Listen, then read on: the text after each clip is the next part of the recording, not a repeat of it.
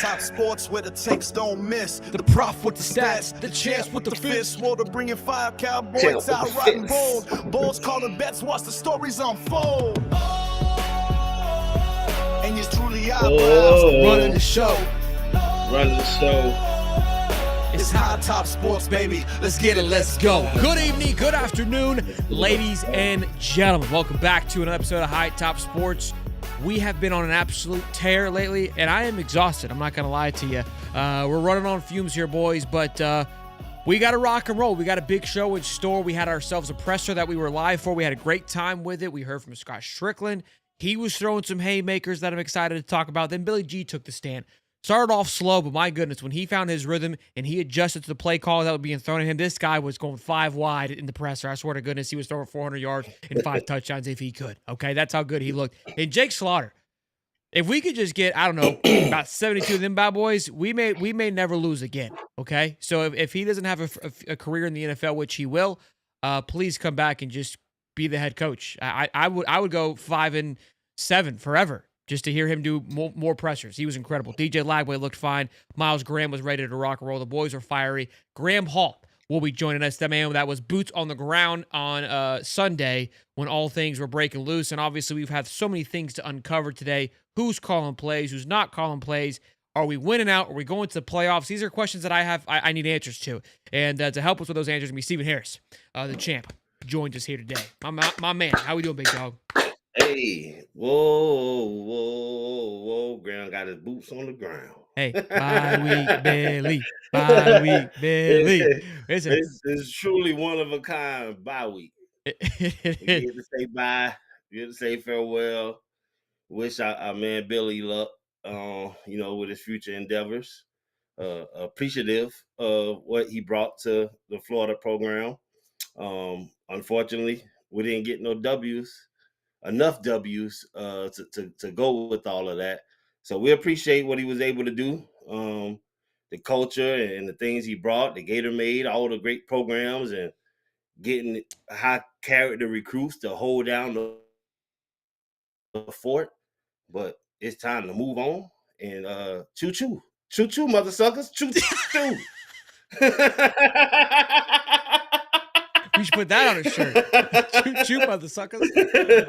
Look, good news is we are undefeated under Coach Billy Gonzalez, which is fantastic news. I love to hear it. So for sure. He's never you got to play alongside, or at least you were there in the building when Gonzalez was there. We just had the wrong Billy. You see how that worked? God knows what he be doing. Billy replace Billy. You know what I mean? He knows. Keeps it easy for us. That way we don't get confused. You know what I mean? Sometimes we get a little confused with names. It's just let's just keep it simple. Billy? I thought he got fired. Yeah, it's the new Billy. Yeah, his new and improved Billy. Yay! Right. Oh man, lot to go over, man. Lot to go over. Again, Graham's gonna be joining us, but let's dive into it because you. That's not. Yeah. You played. This is my first time here, I guess. There he is. You played. We played with him, right? Weren't you there when he was there? Or did he get there after you? For sure. No, he got there. I got there before him, and he came in with Urban. Okay. So you know Coach Billy Gonzalez. You're familiar. For sure. Yeah, for sure. That's my guy. Love Coach Billy G. What did you think of this presser today, man? Obviously. Sorry. Go ahead. No, I was just saying when I was coaching at Carrollwood Day, he was recruiting Isaiah Williams that ended up going to Texas A&M. Yeah. On the wide receiver there. So I got a chance to see him there coming into the high school ranks. He was a little heavier than he was when he played with me, and I poked a little fun at him and said, "Coach, man, what's going on?" I rubbed his stomach a little bit. And then a couple years later, my man's in fantastic shape. He's out there running routes with the wide receivers, giving them the energy they needed. And I like that for him. I think it revitalized his life, seeing his dedication to taking care of his health and getting back to it. I think it gave him an extra spark, and I think it's paying dividends for us with our receiver groups and him being able to continue to be a great wide receiver coach, knowing that he's coached some great ones and sent them off to the league in a great fashion. What was your feel on him today? I mean, he's come a long way, been in the game for quite some time, and this is a big honor, right? When the reins to be handed over to you for them to entrust, with this entire, even if it's for 5 games, for you to be held with that responsibility, it means a lot. I'm sure he takes it very appreciatively, For and sure. I mean, he had me fired up today, man. I want the little slow start reading his kind of his scripted stuff as anybody would. But then once the questions started flowing, you could see him just kind of get into who Coach Billy is and was Yeah, speaking from the heart. I was like, hey, for sure. no coach speak here. Yeah, not yeah. Billy G giving it to us. Yeah, I don't. Billy G doesn't have a coach speak bone in his body.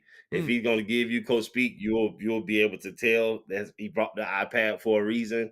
He drafted up a nice statement to make sure he covered his bases because he just had to check off some things along the way. Thank Amen. Coach Napier and give his backstory for his passion for the program, and then you get right into the football guy that he is.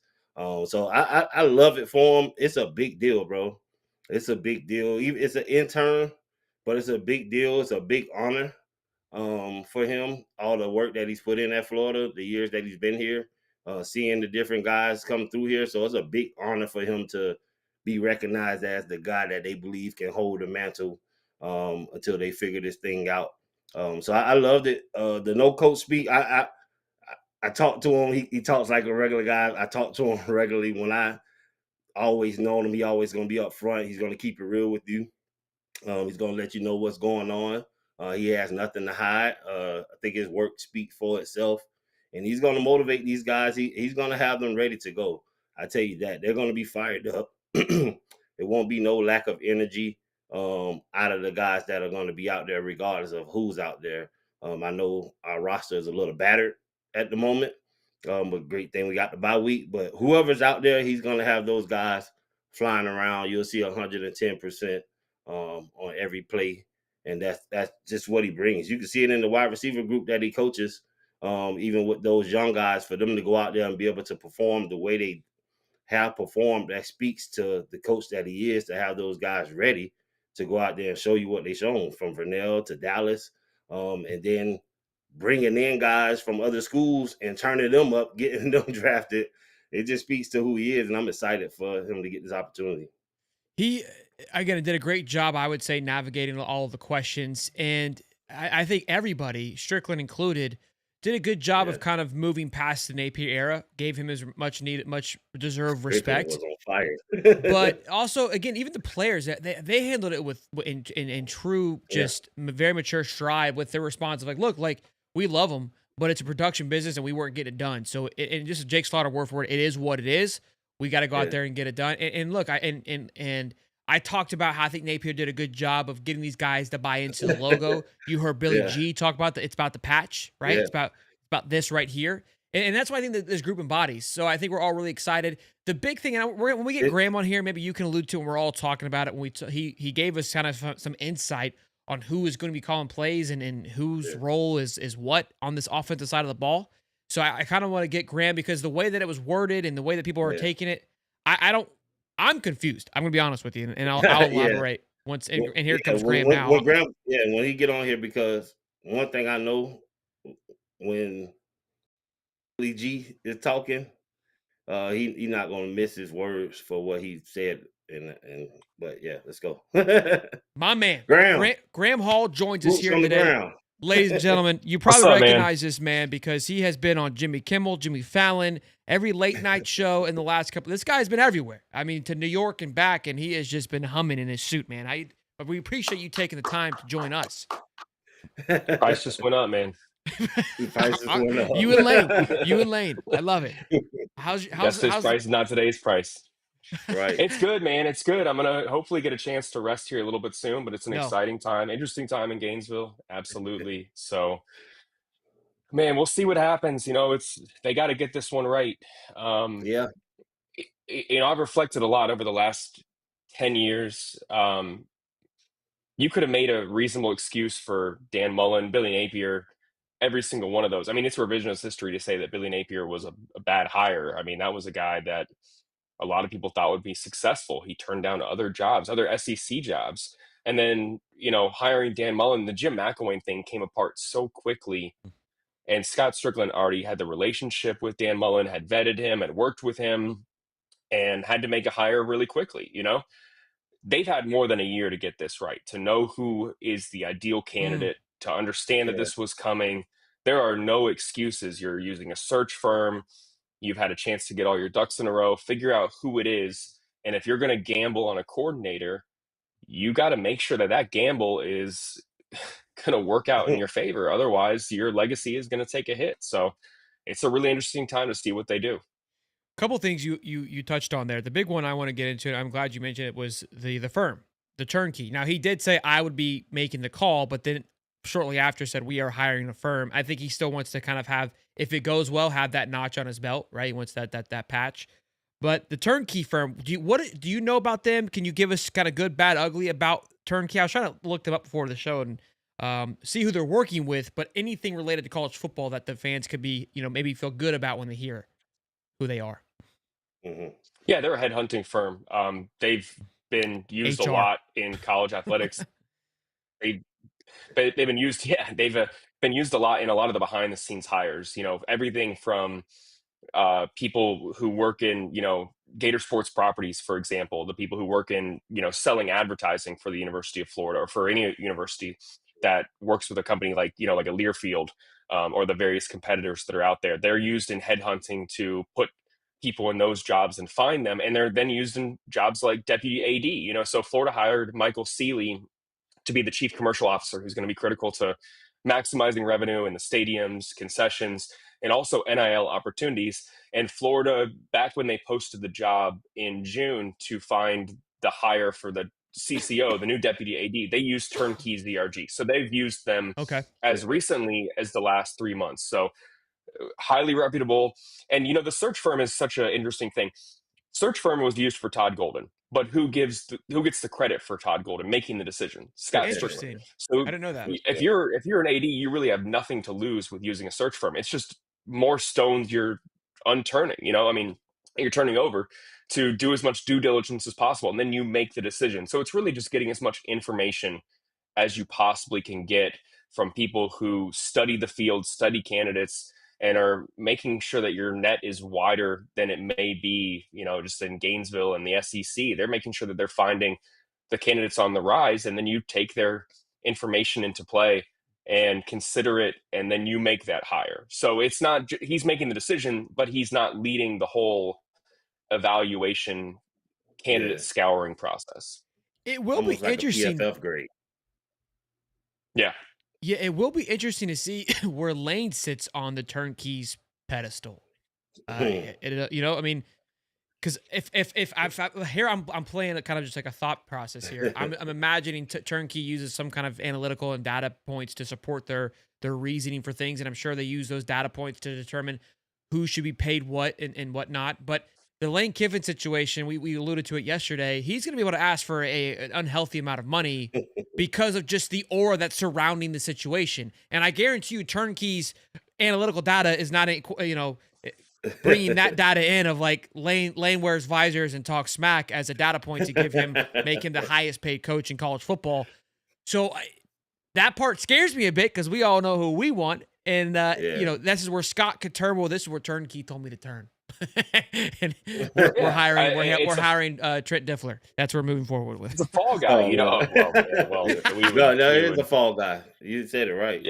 Yeah. It's a fall guy, because then you're going to get all the credit, but if it doesn't go well, you've already put out there that you're using a search firm. That's why these search firms are getting paid, millions of dollars to, you can then say, oh, the search firm led me to this candidate. So it's not just, you made the decision, and there's a certain level of criticism that's going to come with that if it doesn't work out.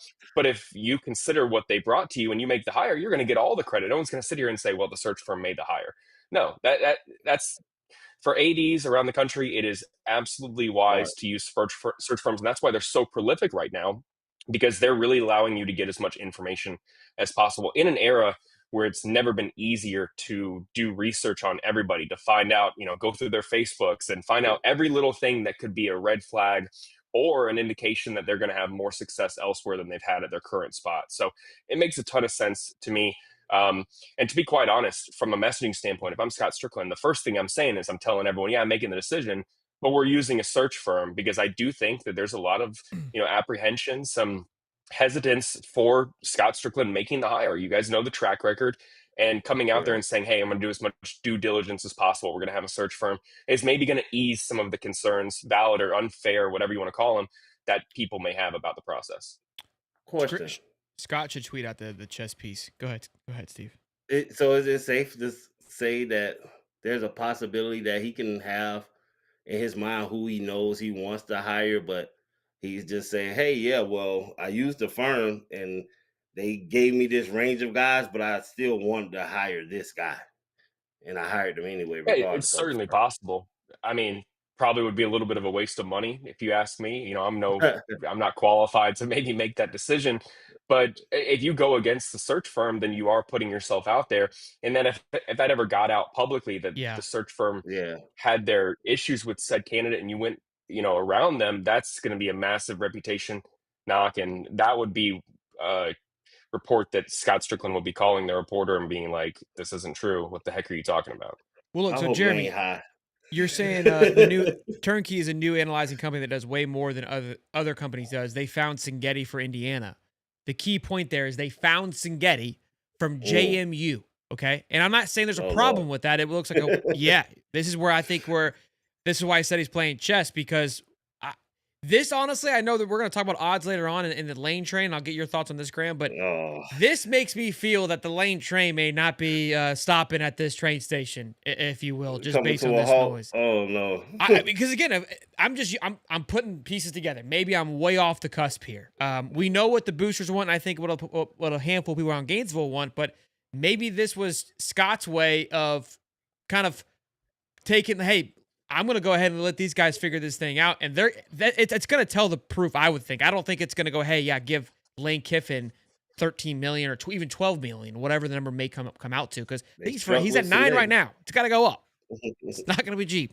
Yeah, I get this. I continue to maintain that I think Lane Kiffin would probably be the safest hire. People talk about the risk, how he, acts on social media, what he's achieved at Ole Miss. Is there anyone out there?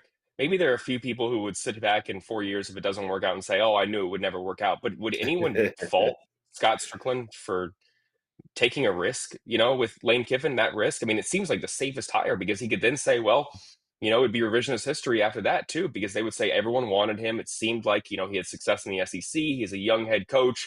He's likable. He's going to keep you in the news, whether it's the on-field product or the off-field antics, whatever you want to call them.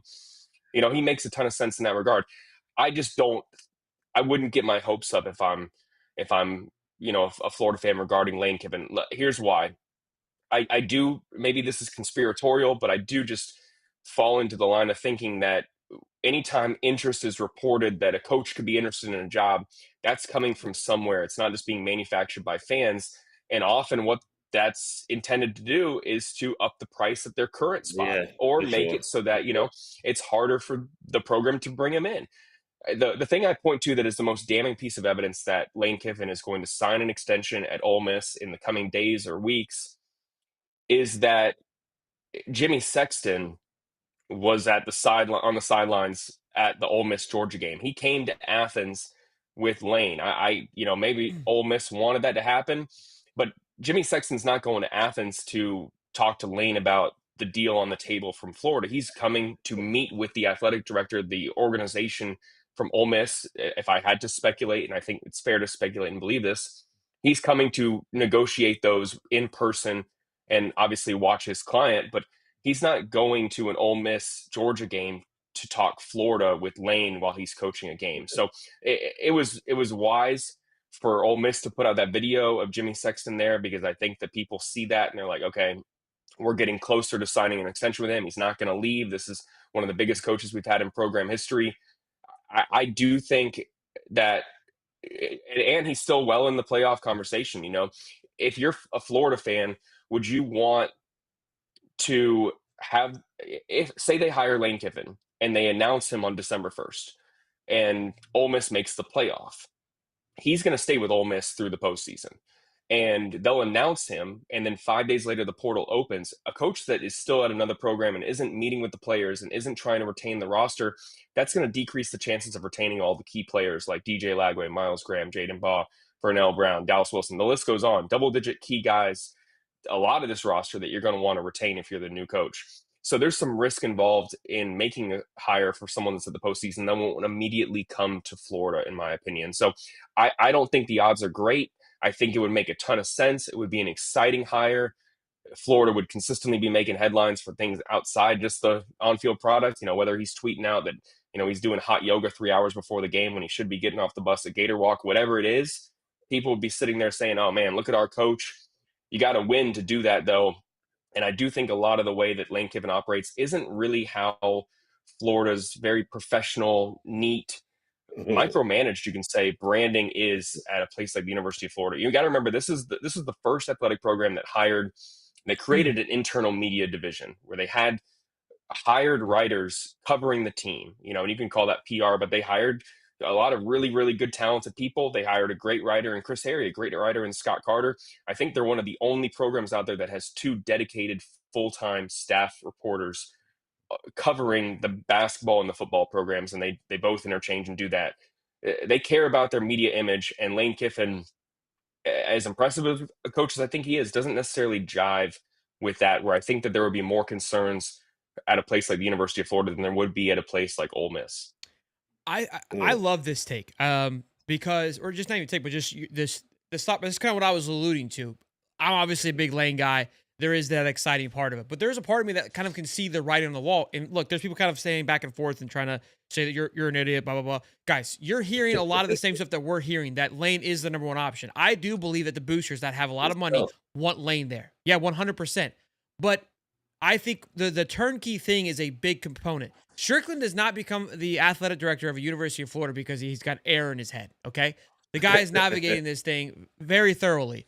You put the turnkey, this is my thought process. You put this in place because I promise you, the turnkey is not going to look at Lane Kiffin on what he will be asking for and say, yeah, this is a valuable hire that we stamp on as approval based on our research. I just don't, I genuinely don't see it. And maybe I'm wrong here, but I've always had a concern of a Stricklin, if he's in charge, not going after a personality like Lane. Now, although I have been hearing the very similar things, like, yeah, he is a priority in whose eyes? Okay. I will say that the stories have aligned as of late with what we've been hearing. So there is there seems to be some, things moving in the right direction. And today, look, we're going to speak about Scott and his presser. I felt like he kind of had a little bit of a swagger about him when he spoke about money. They said, hey, is $20 million a lot?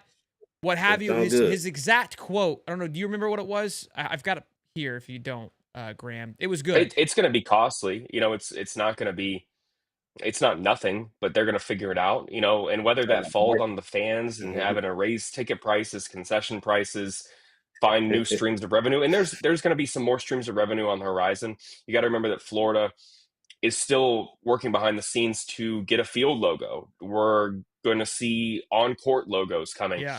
The Exactech Arena, the deal at the Stephen C. O'Connell Center, that deal ends this year. I don't want to speak out of turn, but I know that Exactech has had their own business problems, and I would almost guarantee that it's not going to be the Exactech Arena at Stephen C. O'Connell Center. You just won a national championship in that building. You're renovating the building right now. Price is going to go up for that. Like, you're going to make more money in that. You're going to have court logos. Jersey patches aren't far off at all.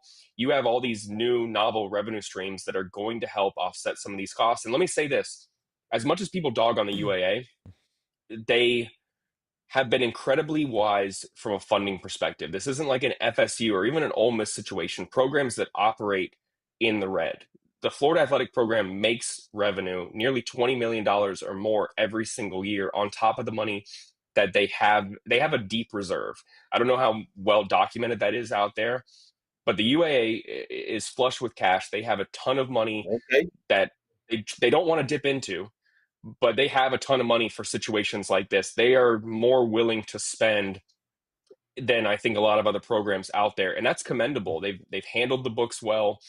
They've done a lot of things, and one of the most, I think, under the radar changes recently that you always see people talking about the UAA, but probably the biggest one that I haven't seen anyone talk about is that Florida recently parted ways. The UAA recently parted ways with its CFO, Melissa Stuckey.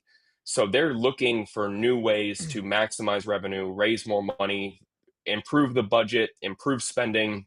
And as much as, the hires are dogged and all that stuff, the operation, a lot of aspects of it are extremely commendable. So you can see that from them parting ways with Napier, them not really having much of an issue with going out there. If they had to pay 10, 12 million for a new coach, that's between paying Napier's buyout, hiring a new coach, paying for the assistant salaries, the Army's not going to get any smaller inside the program. That's more than $100 million we're talking about right there. And Florida didn't blink to do it. They didn't put out a vote of confidence like that school out west did, like Wisconsin is doing with Luke Fickell.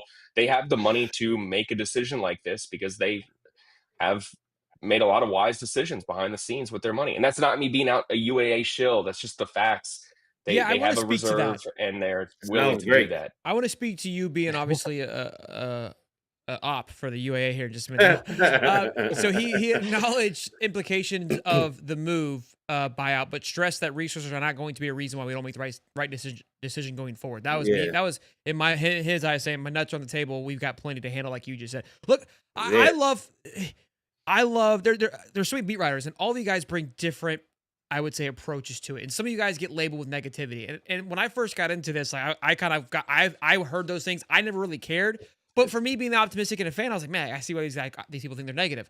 Now that I've been in this thing for 4 years, I love everyone's opinion. And genuinely, I think that you cover it from just a different perspective, and it's a healthy perspective. It's needed. You have to have these conversations, guys. Like, I promise you, I will blow a train horn for the next 3 weeks. We can have all the excitement we want, but we also have to have healthy dialogue and healthy conversations and not just hear like, well, the booster wants this. This thing is a massive moving piece. And I think, again, Graham does phenomenal work. And I think that's a part that people don't understand is that, like, I think, Graham, you separate yourself from the patch as a true journalist of like, I'm just trying to do the best that I can to not have a biased opinion of it. Do we have bias when we were writing because of things that have happened? Yeah, that we're human nature. And I think that's the hard part for you guys as journalists to separate yourself from. Kudos to you. I could never. You've seen me. It bleeds out on my emotions do. So I appreciate it. It may not always be the things that I want to hear, but again, we're kind of thinking the same way here of like, nothing is shown to me that they're going to do this. Now, I will say it feels like these last few days and the movements they've made feel a little more aggressive than normal. But yeah, I think your approach to Lane is very good. I think everyone should be listening. And the also part of it too, because we've been hit on this show of like, you guys lied, you pumped the Kool-Aid, blah, blah, blah, blah, blah. I'm going to do our due diligence to see where this is going to go. We have zero control over who gets hired. I know who I want, but who I think is actually going to happen are two different things. So to that, and then I'm going to ask you about the play calling because I only have a few more minutes.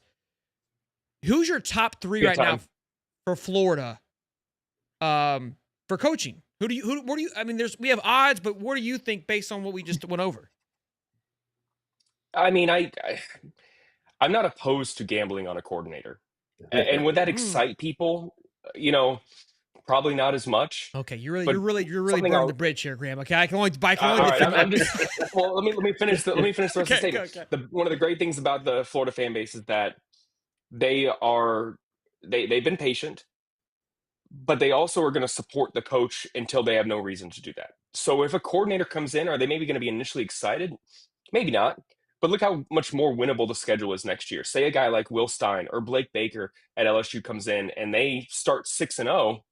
People are going to be patting Scott Stricklin on the back. They're going to be loving the coach. Easy. They're going to be elate. They're going to be elated. They're going to be. So it's going to be less of an immediate happiness. But there are still people out there who are going to be like, let's see how this thing plays out.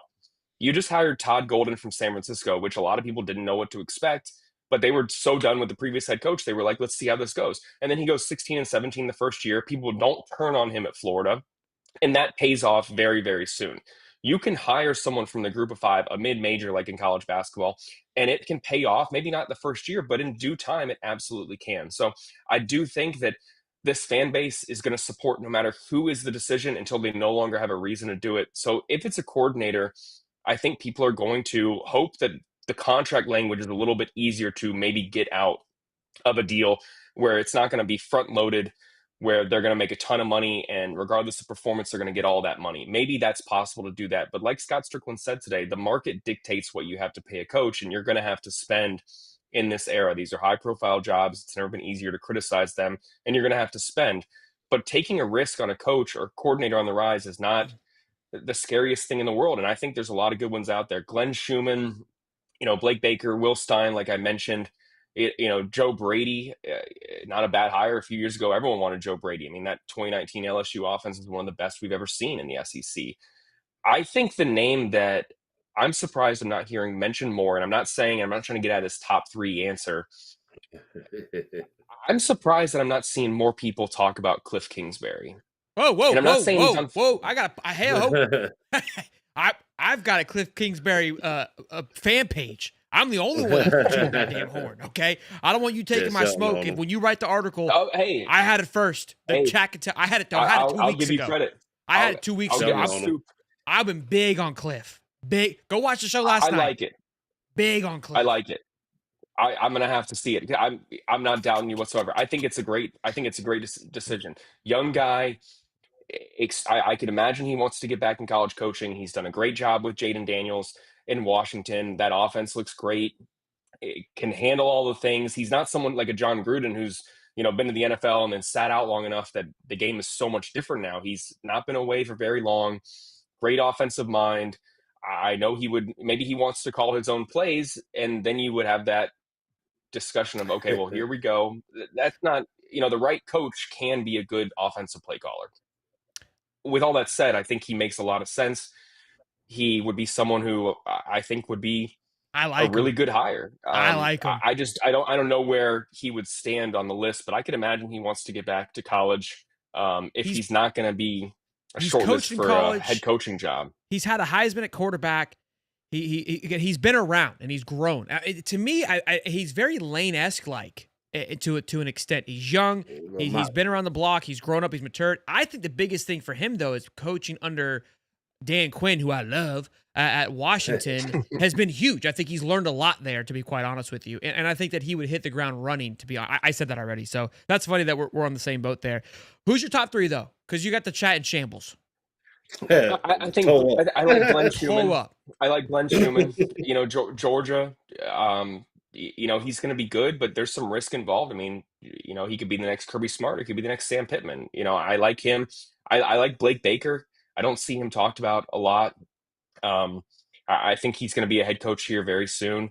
And I like Will Stein. Will Stein is, I think, a really, really good name. Those are coaches I think that are attainable. Now, if I had to make a top 3 of ideal candidates, then yeah, Lane and Marcus Freeman would be up there. Absolutely.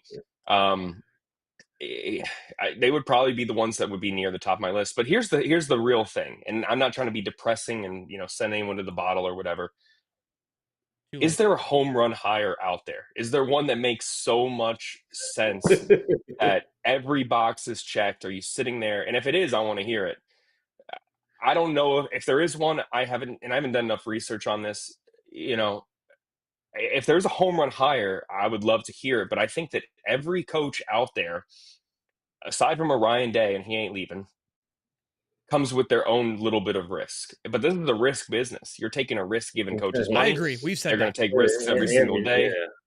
Yeah. You got to find a coach who's willing to take the gamble, take the risks, knowing that the rewards are going to outweigh the potential hits.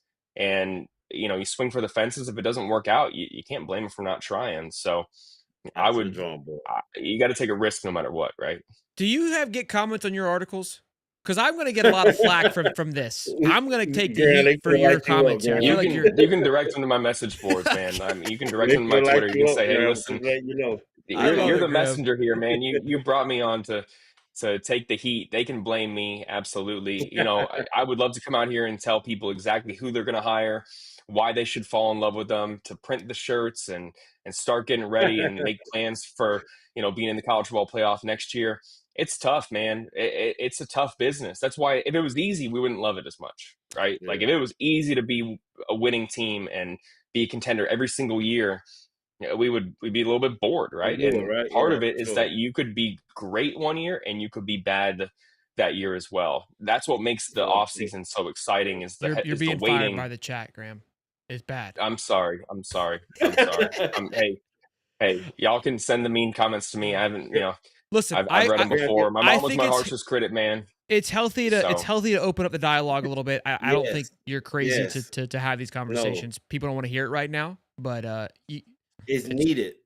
it is It's needed, Graham, and I appreciate you because you have a deeper insight in your position. You never just want to lead people astray. You can't give them a definite. You got to give them all the possibilities. So I think it's best that we hear all the possibilities because people are going to a lot of people are going to be let down anyway. But I for think it's sure. healthy that we hear Regardless, all the possibilities, get a chance to hear what's happening in the back office, so you can have a little more understanding of what really takes place. I think it's great that you've given me more insight about opening up my horizons to the coach search. Not that I can affect it anyway, but just the possibilities of who you can hire. My only deal is for this whole thing is I don't think as Gator Nation we have a chance for the fans are not going to hold on any longer if we don't get this one right. And that's for Scott, no not question. necessarily for us as a fan base, but for Scott Stricklin. If he doesn't get this one right, I think after Napier, we built all this thing up. We got all these things in place. The back office is taken care of. We saving money. We're doing good. So to me, it just sounds like we're one opportunity away, and we've been waiting. And I don't think we could wait any longer if we don't get this one right. So the most important thing for me is us to get it right. And whether it's the name we want or not, time will tell. But we have to get this one right. and this I is going to sound a little bit sad. Just let me say this real quick, and Oh Lord. it's never been harder. It's never been harder. Everything you just said is so true. But it's the scary thing is that it's never been harder to grow the fan base. And Mm, in this day and age, where everything is so expensive, we're not going to sit here. I don't need to talk about the economy and yeah. the ticket prices and the support. It's never been easier to sit at home on an 85-inch TV and watch the game from your house. And fans are still selling out the swamp. 16 straight. They want to be passionate. They want someone to support.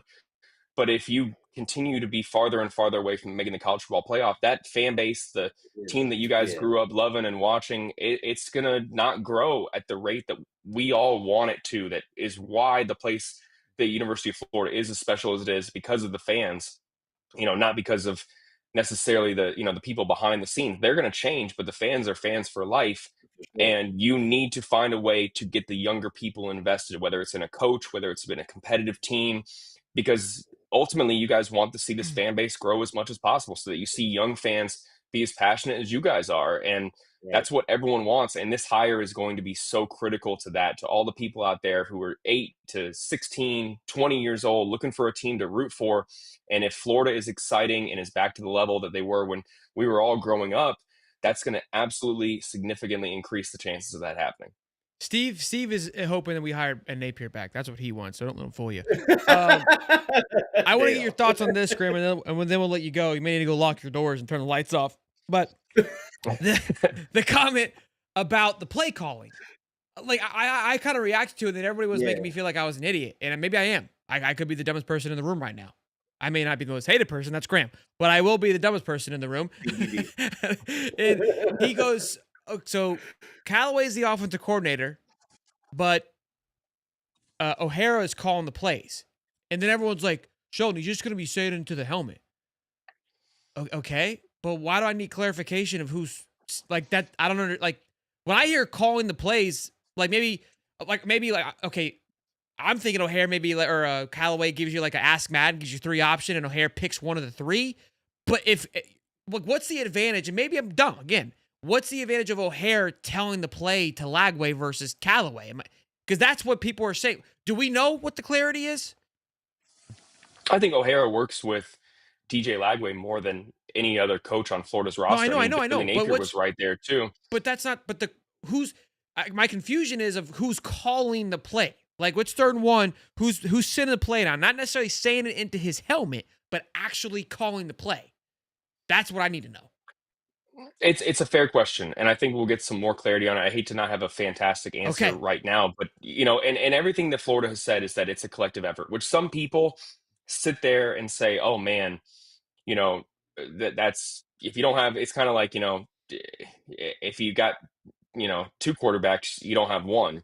If you have two play callers, you don't have one, right? Like, is it an indictment of Callaway, or are they trying to protect Callaway from getting the vitriol if the offense isn't a lot better? I don't know what exactly it is. I do think, though, that the green dot, the coach to player communication, is so critical, and having someone who talks the most to the quarterback just makes the most sense. But without a doubt, Russ Callaway, from Monday to Friday, is going to be heavily involved, if not the most involved, in the offensive play design. And whether he then, they have all these lists of scenarios, what you would call in this situation, looking at the opposing defense, what you think you should call there, and you have a list of plays that you're picking from, and maybe O'Hara's picking from that, or Callaway is telling O'Hara what they're calling. Whatever it is, it just makes sense that you have the guy who is used to giving the most brutal, honest, commendable feedback, whatever you want to call it, to DJ Lagway, being the one in his ear. A young guy who is used to the voice. And let me say this, Ryan O'Hara, another guy who just gets kind of an unfair knock. I think Ryan O'Hara is fantastic. Has had a great rise, came from the high school ranks, a very intelligent guy. This is a great opportunity for him, just like it is for Billy Gonzalez. And Russ Callaway is going to have his opportunities. He's going to have a long career in this business, but he's going to be involved. Ryan O'Hara is going to be the guy who's going to be communicating it to him, but they're going to collaborate, which I know is not what people want to hear. So if you want to just send me more angry DMs because I'm answering it this way, I'm not stopping you. I'll read them. I'm glad you're clearing up, because everyone made me feel like an idiot. Like, oh, he's just calling the plays in his helmet. What was the need to tell? Like, I get that. I hear you. It's nice to hear a voice in your head that you're comfortable with. I don't give a damn who's in your helmet. I want to know who is responsible for the 3rd and 16 screenplay. That's what I want to know. I don't give a damn who is telling DJ what the play is, unless it's the person that's responsible for calling it. So that's where I was confused. I was like, because you told me O'Hara was the play caller, not the DJ whisperer. And everyone was like, no, he's just saying in his helmet. It's like, that's not what he told me. Because when I hear play caller, offensive coordinator, and kind of what his role is now, he'll be part of the scheme leading up till Saturday. And then O'Hara is going to have the plays in front of him. And maybe he speaks to, Russ up top to get some advice. But ultimately, my thought process is that O'Hara is hey, here's what we're running today. Here's what we're doing on 3rd and 1. You're going to run the damn ball here. That's my. I will say that no matter what the setup is, if the offense is better, which I think a lot of people are hopeful it will be, it's going to be further indictment of Billy Napier. Steven's even going to lose. Steven's not going to be able to defend him anymore. Yeah, if they have had someone. Yeah. We can collaborate on getting all the hate. I mean, we can be better. There's no doubt about it that if Florida's offense comes out and is dropping 50 points on Georgia, and they're running 4 wide receiver sets, and they're getting 500 yards, and DJ Lagway's throwing for 350, and if they look more efficient, people are going to be angry. They're going to be conflicted. They're going to be like, man, this is awesome, but the hell are we doing? We had these guys on staff. We could have made these changes sooner. We could have made them last year. We could have altered the setup. I mean, yeah, this is awesome, but like, waste of the season, right? What were we doing here? We're gonna be mad. We're gonna be mad again. They're gonna be so conflicted. They're gonna be mad again. We're gonna be pissed for winning out. Mad at the. They're gonna be mad at the fired coach. They're gonna be sitting here and being like, man. But they're also gonna feel verified. They're gonna feel verified that they had the talent. That if they went to more 4 wide receiver sets, space it out, that they had the skill positions, that they needed to succeed. That it wasn't as much of an admonishment of DJ Lagway. That they had the ability, they had the capabilities all along, but were not able to do it from a coaching standpoint. They're going to be angry all over again, even if they're winning, which is such a fascinating thing. But that's the reality. So if Florida's offense takes off here, Billy Gonzalez is going to get the credit. Russ Callaway and Ryan O'Hara will get credit.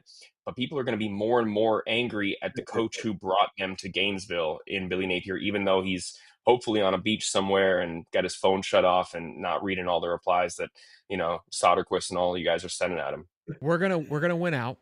It's gonna somehow be Graham's fault we went out, and they're gonna hire Will Stein, and Graham's DMs are gonna be exploded. Well, now we get an opportunity. Graham, tell them where they can find you. I want to add address, social security, credit, all this good stuff, because I need to know off my back stat, and where they can find your articles too. Yeah. I've actually been staying at David Soderquist's house right now. So just show up there, knock on the door. He said he'll answer any Woodstock, questions. No, Georgia, you guys boys. can find me at What's up? yeah at Swamp 247. If you want to send me an angry DM, tell me you disagree with me. Say you don't like my hair. Yeah, if you don't like my hair, you got to call my mom or dad. They gave it to me. It's all natural, baby. You can find me on Twitter, X at Graham Hall. Swamp 247 is the place to be. And I know we'll do this again soon, guys. It's always a pleasure. And even when I don't have the news you guys want to hear, love to talk it all over with you. Yeah, You we're can going disagree with me as to much as you have to want. reconsider this. No, I'm just kidding. You were the man, man. It was fun watching the tweets on Sunday. You were boots on the ground, and we appreciate you. Yeah, Man. Thank you for the Steve, we insight, got to man. link up, man. Yeah, It's my pleasure. We got to. to. Thanks, guys. Next time you guys are in town, let me know. Let's link up. Absolutely, man. Go Gators, Bubba. Y'all take care. Yeah, man.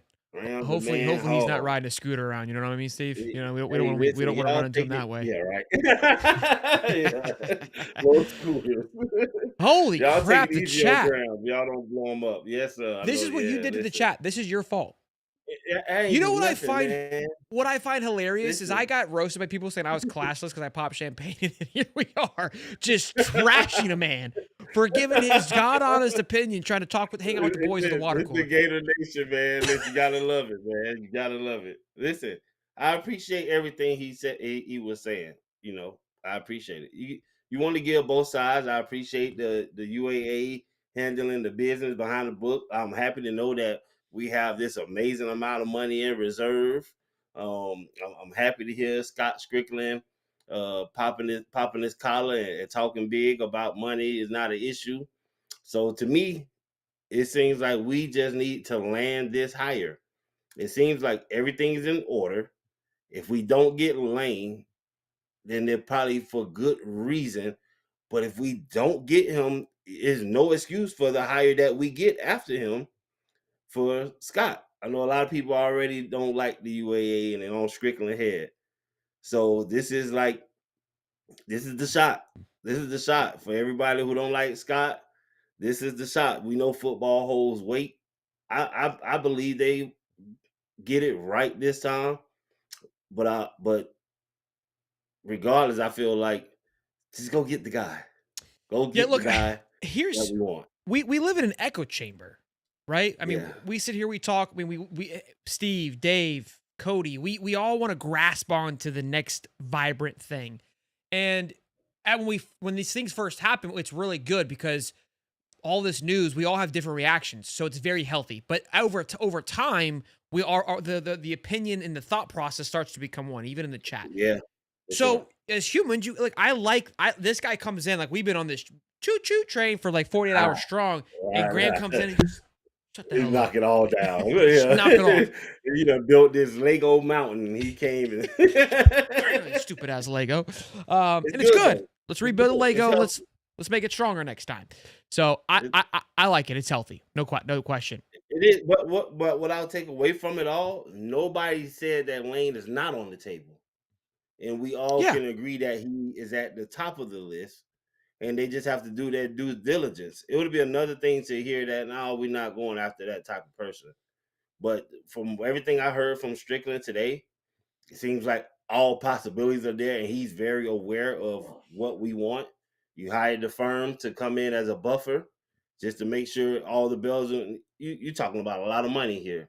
I will hire every possible firm that can give me some type of information just to make sure that I'm making the right decision, and I have proof for my donors of my due diligence. Hey, I check with these people, I check with these people. And even if, like, say Lane is like, after you check with the people and Lane come at like 2 or 3, I think it's still worth you saying, well, I'm pulling the trigger anyway. Even though you guys say he's not number 1, he still came up in the top 2 or 3.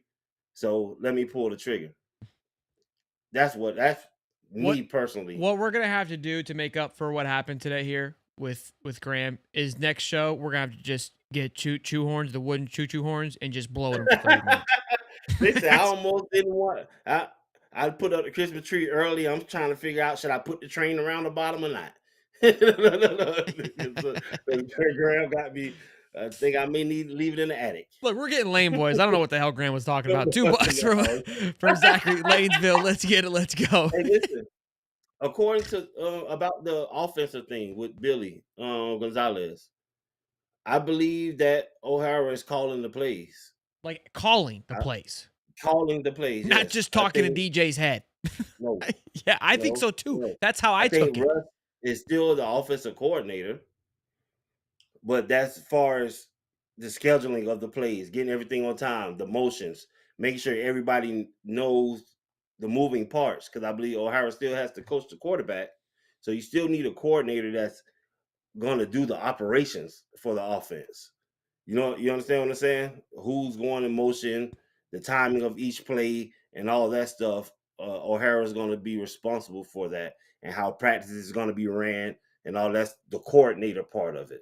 I As feel like we far as make jobs calling the harder than they plays, have to be. But I hear you. yeah. And I like O'Hara calling the plays, being that he coaches the quarterback. And it's weird to me that so that means Billy was talking to DJ the whole time, but he doesn't coach him as the quarterback coach. So what adjustments are you making when you call the play in? What are you saying to them? Hey, if they come out and they in this, then look for this. You would think the quarterback coach would know more information to give him pre-snap during in the game to me Sure. than anybody else on the field. So I like him talking to him in the headset. Instead, when a play breaks down, he doesn't have to run to the booth and get the pad, call upstairs, and then have O'Hara tell him what he missed. We in this thing together. I'm almost actually out there playing it as you. And if I'm on the sideline, on the ground, I'm seeing what you're seeing. I can see, oh, this guy's playing off. Hey, DJ, I can give him a little hand signal like this guy's off over here. You know what I mean? Get it to him, throw it to him. You can see me on the sideline before the play pre-snap. You looking around, I'm right there to give you these extra signals versus being in the box. If they're going to make it that intimate between the play caller, which is his coach, and him being in his headset, I think it gives him the best opportunity to be successful versus getting third party information. Because what if the coach, when Billy Napier was here, he's talking to him, but the quarterback coach is trying to tell him something to tell DJ. You got to relay the message. It Direct. get lost in Yeah, you get the phone translation. game. Like, what are we doing? Yeah, So I I like reacted it. when we heard the noise originally, like, oh, that sounds horrible. I'm like, what am I doing, Sheldon? Like, we have no clue how this is going to work out. So I'm reserved because what we have no idea how it's going to work. We saw a little bit of O'Hara, and we talked about it on the show today. He coached. Don't forget, he coached the orange and blue game. Callaway coached Yeah, one team and lit the it blue up. team, and O'Hara coached the orange team with Harrison Bailey. And he coached the younger crew that made a hell of a comeback. And we had Harrison Bailey on the show, and he goes, yeah, I loved working with O'Hara because he kind of just got in my head, and Yeah, we lit worked it out up. what I'm good at. And they made adjustments. And I think That's we what saw it's about. this. Yeah, so I'm excited for those things. I think there's going to be something there that comes to fruition It that could be special. And just another to that point, not for nothing. I know I keep saying it, but the announcers for the past couple games keep saying Russ Callaway calling the Steven, plays. Steven, No, listen. The only reason they why don't I'm know. They saying didn't is got a listen. clue what's going on. No, I know they don't understand. I know they don't have a clue what's going on. But one thing we can say is, but it was between Russ or Billy that was calling the plays. It was between either Russ was the OC and Billy was pulling the trigger on the play. But at the same time, that was two minds that worked the same for 2 years, calling the same playbook. So I think having O'Hara as the alternate mind, being number one, gives you the change in offense that you want. Because I believe that Russ has been by osmosis doing what Billy Billy-esque wanted more. him to Yeah. do. There's no way you can have the playbook, you the OC, and you keep seeing what he called, and you made no objections for 2 years. So you're one and the same to me. I want to Yeah. see O'Hara call the Agreed. plays. He's been Billy-eyed too much. He's been distracted. Blue collar For crabber, sure. $5. So I heard Ole Miss is about to give Lane a new contract. That'll make him the highest paid coach in the SEC to deter him from coming to Florida. Are you asking me or telling me? Because there's a question mark. I assume they're doing the best they can to keep him. I'm not surprised by that at all. I mean, they came out deliberately and said we want to extend him, and I would assume he would be asking for a boatload of moolah, Blue baby. crab. Don't be hating on us, blue crab. You better be from Florida. Don't be from Ole Miss selling That's blue crab. That's Graham's burner. No, I'm $5 just from joking. Frosty. Question for the champ. Would you be willing to talk to the players and give your experience on going through a coaching change and what to expect? Hell no, he's Team Billy. He He's said, pissed. "Would I be willing?" He said, "Would I?" He said, "Would I be willing?" Yeah. You paying? No. Yes, he would I be. He already talk to him. does. Yeah, I talk to him all the time.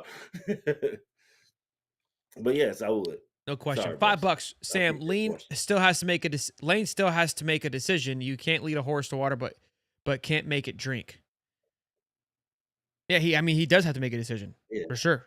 $5 from Army Sniper. If it's a coordinator, don't be around Gainesville that day. Yeah, if he ain't wrong. He ain't wrong. Listen, $2. that's all up. Listen, but it's one from the NFL that you were talking about, so that gives a little more. I think Cliff, you can't be as to me. That's a little not more that's he's freedom because he coming was from the already a head NFL. coach in the NFL and in coming college. from the NFL. Yeah. Yeah, he's not a true OC hire, my opinion. Gator Gang, $2. About to unsubscribe from Graham. He pissed me off. Poor Graham. Graham, we love you, but boy, I ain't even read the chat when he was talking. I said, "Oh Lord, Oh. I done jumped on rain train and Graham come and crashed." He was the other locomotive. $2 Lane. But enough said. I like $2 like from the Josh. information. If we are taking risk, I vote Clark Lee. Oh gosh, we're in shambles here. $2. How I heard it was Russ call plays, O'Hara relays it. That's not how I heard it at all. No, he That's made not- a and point again- to say that. Billy Gonzalez made a point to say They asked that him and he O'Hara reconfirmed is it. calling the plays. Yes, Yeah. he made a point to let us know that there's going to be changes, and it's not going to come from the same vein. Billy and Russ have been together this whole time, calling the plays or determining what plays we're going to go in. Billy Gonzalez is going to have a heavy influence on what plays he believes should go into the package for the week. I could tell by the way how he was talking. And then Russ and those guys are going to add what they believe should go in, and against tendencies, what we should do. But Billy's going to have his wrinkles in there, but O'Hara will be calling the plays. Russ will be handling the operations. We'll find out sooner rather than later, like we said. But I think I'm going to call Billy Gonzalez. figure this crap out. Do your job, Steve. Right. So Stricklin bad. it was sorry, interesting to listen to Stricklin today. I can count on one finger how many times I think I've watched a Scott Stricklin presser. And started off a little Today. sluggish, kind of weird at first, is his eulogy for Napier. But once that man got asked him some questions, he was throwing some grenades, and especially he threw a grenade on Billy, saying like, "Hey, I informed him I think would be best if he took a step back and just," which we all yelled, like, "Hey, Billy, why don't you just step back and run the overall thing and basically hire an OC?" But in the same breath, he said, "Look, but I also hired him to be the head coach and run that football team, and I have to hold you accountable for your decisions, and this is where we are." I think it was very clear on why because people were like, why did you let Napier go? It's like he told you verbatim. In a way, what we all were saying is like, you had an opportunity to hire an offensive coordinator, take a step back, you're hanging yourself, you didn't do it. Like Stricklin didn't even coach speak it. He straight up said it, which I was thoroughly impressed with, and it really got the presser riled up, in my opinion. It was a juicy one today. It was true. Stricklin didn't necessarily fire him. He fired himself, and we, the fan base, had a lot to do with that as well. Just because we saw the product on the field. It's been 4 years, and nobody's going for it anymore. And he was insisted upon calling the plays. When everybody's pointing to the plays, when you get Steve Spurrier coming out last year talking about the plays and what you should do, and you still insist upon calling the plays when things going wrong, and you have a defense that comes out and performs the way it did in the beginning of this year, piggybacking off of last year when we were hoping that they were going to be able to do that, and you still calling the plays, and it goes wrong, and it's still played. It doesn't matter if it's injuries. It doesn't matter what it is, but when we can look and still talk about the plays and the lack of explosiveness, then you're going to have to bite that bullet. I think Scott Stricklin did a great job by allowing Billy to do that, because it makes the job more attractive to me to know that Stricklin allowed Billy to do what he wanted to do and betted on him and had Backed faith him that maybe it's going to turn around. Amen to that. And it could have. It's everybody healthy. Maybe we could have squeaked by. We don't. Steve. No. Listen, I'm just saying it could have, but it didn't. But Scott gave him that leeway and got out the way. So if I'm a coach, I'm like, okay, I can come to the AD like this. That's gonna let me do my thing, and back me until I crash myself. I think that makes the job more attractive Yeah. from my perspective than Very solid anything. point there. I didn't look at it like that. So great pair of eyes there from seeing that. And look, I mean, in my opinion, I haven't heard enough from Scott, right? So to me, he said a lot of great things, which we heard Napier say a lot of great things. Obviously, you need to back what you said. And one part of that Right. was, hey, he said we're gonna go hire an elite coach. I believe were his exact words. Money is not an issue. We need to When get he back said to that, winning I said, "Whoa, championships. All those things are the right things. And I think that he even dismissed Napier very well. I think he gave him his credit when it was rightfully due. And again, some of the questions kind of started to get a little redundant, but all the things that there was great questions in between that, and I think he answered them all very well. And then it transitioned to Billy, who was about winning and the culture and can maintain it. And that's what even Stricklin says. Like, look, Billy did a good job and left it better than he found it, which was very true. mhm, And yeah, I was very pleased with today. Again, we get to reset our clock a little bit and get back into hearing good things and believing good things, right? Drinking the Kool-Aid a little mhm, bit because we're not, right, in my opinion, we're clean. We got a clean slate. We're not burned anymore to where I'm just hearing the same old, same old. Could it become that? correct, 100% for sure. You got to go hire a yeah, guy like you said. And again, this is where you say this and you go hire an OC. It's not yeah." going to be a That's good. why, yeah, I say he has no room to not do it now. Everything's has been placed in order. We were behind before Billy got here. Now all these wonderful, fantastic things are here in place. You got a a plethora of talent on the team, young talent that's balling. If we have a 2-year window for me, I give us 3, and we should be knocking at a championship door from whoever comes in here. Like, because we should be in the playoffs with the Rock. If nobody leaves, we land the right hire. Nobody's going to leave, and this person is able to go and build his pieces, get his pieces out of the portal, whatever that he may want to patch it up and continue to coach. With what we have, bro, we're in prime position. So it's almost no excuse land. You have to make this right hire because you brought Billy in, he did his thing.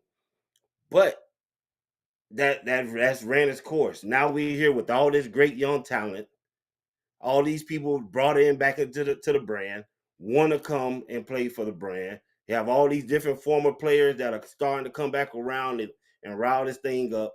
You have to make the right hire here, and it has to be a name that Knock Steve's socks off.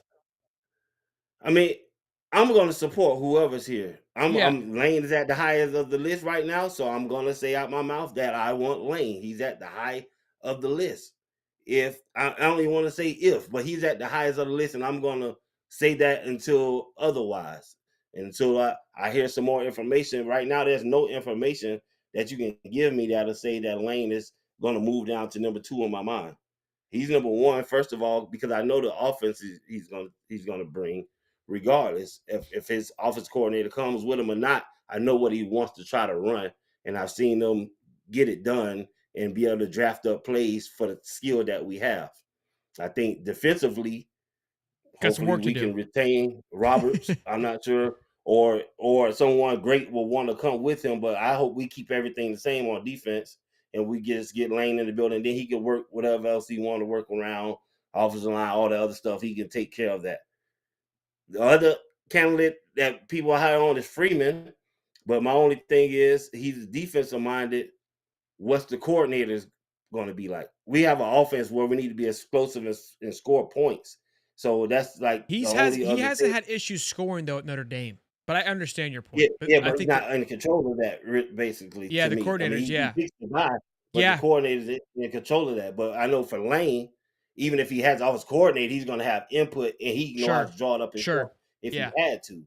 So I just looking at what we have, we need to get the offense going. The defense is there. We got the pieces and all of that. So that's why Lane is number 1 on my list. All aboard. Ira Jones, $5 for all the delusional fans out there. James Franklin is 4-21 is not the answer. He was at Vandy for 4 years. He did a great job for Vandy. James Franklin equals 0 natties. I want to And do one more thing I like to say, Sheldon, I'm sorry. Mhm. With regards to Billy, in the Gators, I believe that players reflect that their head coach. Billy was a great head coach as far as being a dad to the players and picking high character and all those things. But it's a whole nother animal you have to turn into when it get crunch time or when you trying to get the most out of these people. And I've never seen Billy snap. I never seen him get aggressive to the point where people may get scared of him a little bit as the coach. And I think at some point you have to have that in you. I think Billy Gonzalez, being the interim, the energy that he's possessed is going to have these guys fired up. You got to know that guys are willing to run through a wall for you no matter what, and not because they had to trust you to get to it, but that they're just going to do it. I think Billy built a lot of trust in guys, but I don't think he had enough fire in him to have these guys playing with their hair on fire. Playing like that makes up for a lot of mistakes. Their technique was sound, they were getting where they need to be, but you're not playing like you're trying to annihilate this guy across from you. And I think that's a level that you have to play at here. And I just take it back to when that Tennessee game when I was there. And I tried to tell everybody my experience at how at halftime was, and he came in and kind of like calmed everybody down. That was a sign for me, you know what I mean, that the energy is not there. We're the Gators, bro. We should have high octane energy no matter where we're at, no matter what the game, how it's going. And I think that showed at times to this team. And I think it definitely translated to the football field. Yeah, for sure. And again, I think hopefully Billy G can put a spark into that as well. $2 from the Dubster. In my opinion, Billy held back the offense ultimately. Yeah, agreed. John Paul, $5. What record gets Billy G the job? 5-0, 4-1, beating Georgia, Ole Miss, and Tennessee. I thought about that today. I go, man, this guy comes in here and takes over. They might just dabo this thing into the thing.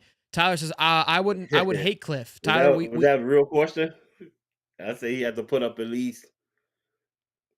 You give me 38 points a game. No, it's hard for me to say because again, like I don't think it matters. I mean, there's so much more to being a head coach. They're gonna go with somebody else. Tyler, $2. I wouldn't hate Cliff. Oh, they said you would hate Cliff.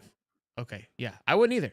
Yeah. $5 if Billy G wins out. Oh, if he wants it, what about him being head coach, proving he gets an OC?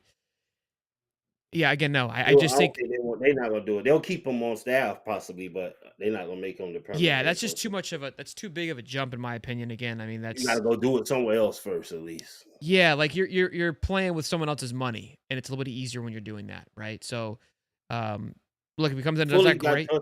Yeah. There's so much more to just calling plays. Like you got to build a program, you got to build a culture. Like it's a bigger fish to fry than just coaching 5 games, and he hasn't proven to do it over a long period of time. And they're just it would be disastrous. I don't care. I mean, I hope he wins out, but I don't. I know Notre Dame did it with Marcus Freeman, but this is University of Florida. Yeah, well, they gave Marcus the keys to kind of kick it off. Like they let him take over the team. But yeah, I agree, they did, and they worked for Dabo. It worked for some people. Yeah, but the internal hire to get that big of a job. True. Billy G hasn't been a head coach nowhere before to just walk right into a Florida head coaching job. They're not gonna do it. Look, to calm to death. Yeah, it would be great too though. To calm the crowd down a little bit, here are the current odds as of now, but based on a few services from Bet Online. So Kiffin leads the way. Brom coming out of nowhere. You Louisville head coach. That's been a name that's been thrown around. Plus 300 to see him up there is wild. Because he wasn't anywhere. And then he wins against Miami. It's like, holy crap, this guy can coach. Meyer at plus 800 is wild to me. And then you got kind of your rest. Meyer on here. Look, Meyer is on here. Yeah. Whoa. You were Harris was right underneath Lee. I cut it off before that. That was my bad. Yeah. So yeah, the odds have been fun to watch. We'll continue to monitor it. How much stock can you put into these? They have these odds out here, though, man. That's what we do, baby.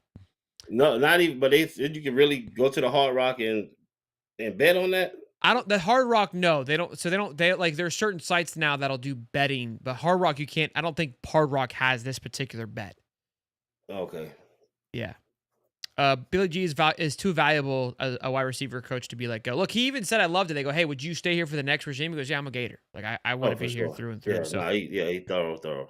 everyone gave the right answers today of wanting to be a Gator, which I loved. All the players. Graham and DJ said, "Look, I'm a Gator. I'm not going anywhere," which I heard confirmation of that. But again, you never really know. Yeah. But great show. Shout out to Graham Hall. Shout out to everyone who's tuned in today, gave their thoughts and opinions, and yelled at us per usual. We always appreciate it. Live tomorrow, 9:35, with the boy Cody and the Prof.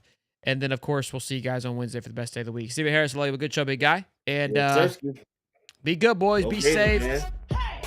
Hey. I was about to do it. All aboard.